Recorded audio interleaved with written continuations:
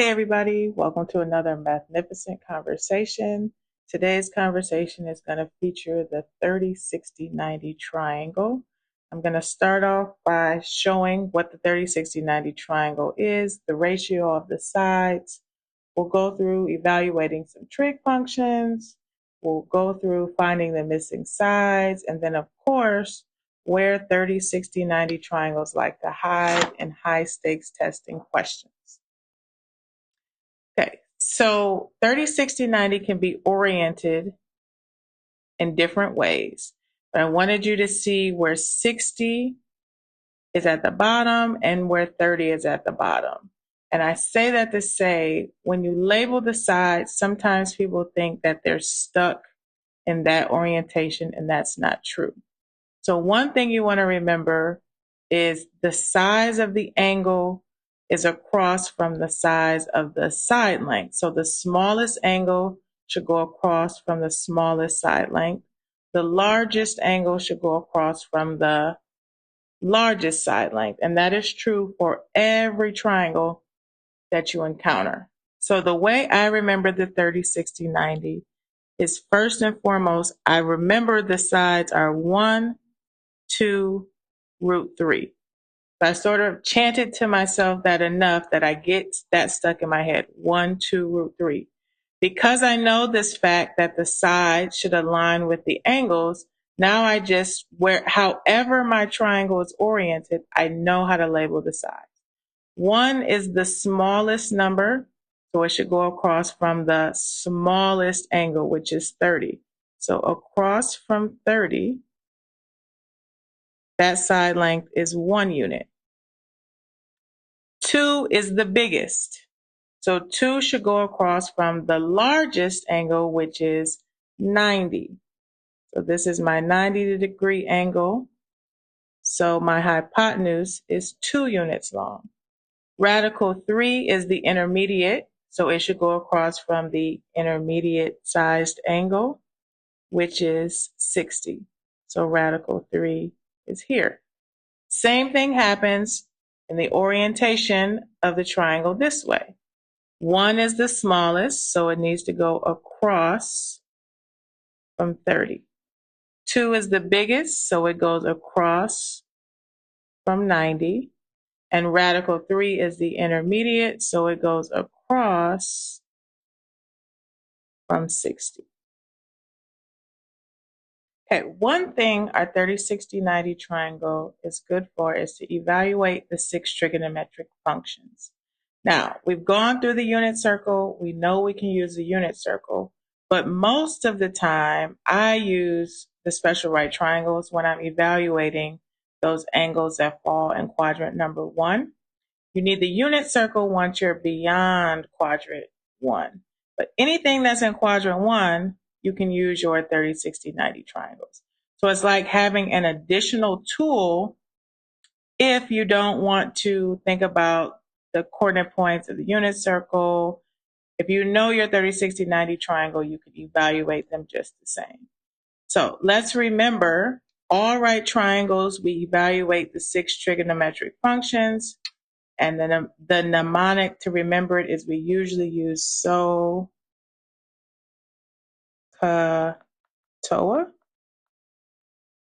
So we know sine is going to be opposite over hypotenuse. So let's go back and label our sides with the trick we know. So we say the sides are 1, 2, root 3. 1 goes across from 30. 2 goes across from 90. Root 3 goes across from 60. Okay? We're working with 30 right now. So if 30 degrees is our angle, this is the opposite. Root 3 is the adjacent. And 2 is the hypotenuse, because the hypotenuse is always across from 90. So sine of 30 or sine of pi over 6, which are equivalent, is opposite over hypotenuse. So that's going to be 1 over 2. So sine of 30 degrees is 1/2, which if you use the unit circle, you get the exact same answer. Cosine is adjacent over hypotenuse. So cosine of 30 degrees is going to be radical 3 over 2. Tangent is going to be opposite over adjacent, which is going to be 1 over radical 3. And if we rationalize that, it's radical 3 over 3.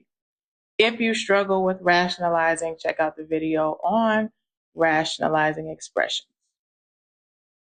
Okay, then we get to our reciprocal identities. Cosecant is the reciprocal of sine, so it's hypotenuse over opposite, so it's 2 over 1. Secant is the reciprocal of cosine, so it's hypotenuse over adjacent, so it's 2 over radical 3, which would rationalize to 2 radical 3 over 3. Cotangent of 30, cotangent is the reciprocal of tangent, so it's going to be adjacent over opposite, so it's going to be radical 3 over 1. What do you call a cow with no legs? What? Ground beef. Okay, let's continue with 60 degrees or pi over 3 radians. We already have our 30, 60, 90 degree triangle labeled, but we can also use the 30, 60, 90 to evaluate 60 degrees. Always remember you cannot use special right triangles to evaluate 90 degrees. You need the unit circle for that. Okay, so sine of 60 degrees, sine is opposite over hypotenuse. But now from the perspective of 60 degrees, the opposite, let's go back and relabel our sides now that we're using 60 degrees.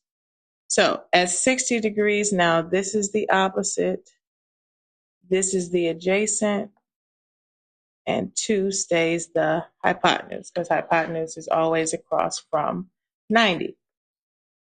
Okay, so now our opposite is radical 3 and our hypotenuse is 2 units. Cosine of 60 degrees. Okay, cosine is adjacent over hypotenuse, so 1 over 2. Tangent of 60 degrees, tangent is opposite over adjacent, so tangent is radical 3 over 1. Okay, cosecant is the reciprocal of sine, so it's hypotenuse over opposite. So it's 2 over radical 3, which will rationalize to 2 radical 3 over 3. Secant of 60 degrees, secant is the reciprocal of cosine, so it's hypotenuse over adjacent. It's going to be 2 over 1. Cotangent is the reciprocal of tangent, so it's going to be adjacent over opposite, which is going to be 1 over radical 3, which will rationalize to radical 3 over 3. Okay, just like we discussed with the 45, 45, 90 triangle, every triangle has an infinite amount of similar triangles.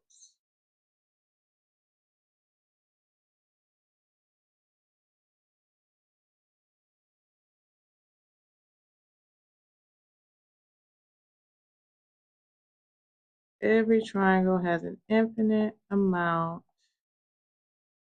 of similar triangles, which means we want to be able to represent the 30, 60, 90 in a way that represents or encompasses all of the similar triangles, okay? Which means instead of our side that we normally call 1, that is going to be X. Our smallest side is still X, and it's across from 30, which means now our biggest side is 2X. And our intermediate side is going to be X root 3. So now that we have a triangle that we can generalize across all 30, 60, 90 triangles, if we're given a 30, 60, 90 triangle, we can figure out its side no matter which similar triangle it is. Let's say I have a 30, 60, 90 triangle, which may not be drawn to scale because I'm freehanding.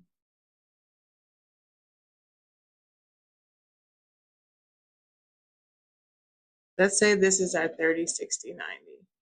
So 30 degrees is here, 60 degrees is here. And we know this side is 5 units long. What are the other two sides? Okay, well, the side that we know is across from 30. So it is x, because it's across from 30. We know the side across from 90, or the hypotenuse, is 2x. So that means this is 2 times 5, which is 10.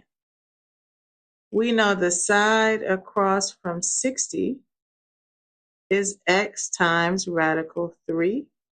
So this is going to be 5 times radical 3. So because we knew one side of the 30, 60, 90, we could find the other two sides. We know normally with the right triangle, we need two sides to find the other side. But in this case, if we know our 30, 60, 90, then we can go ahead and find the sides very quickly, which is important when you're in a high stakes testing environment like the SAT or ACT. Another example, okay, we have our 30, 60, 90 triangle labeled, and we know that the hypotenuse is 12. And we want to find the other sides.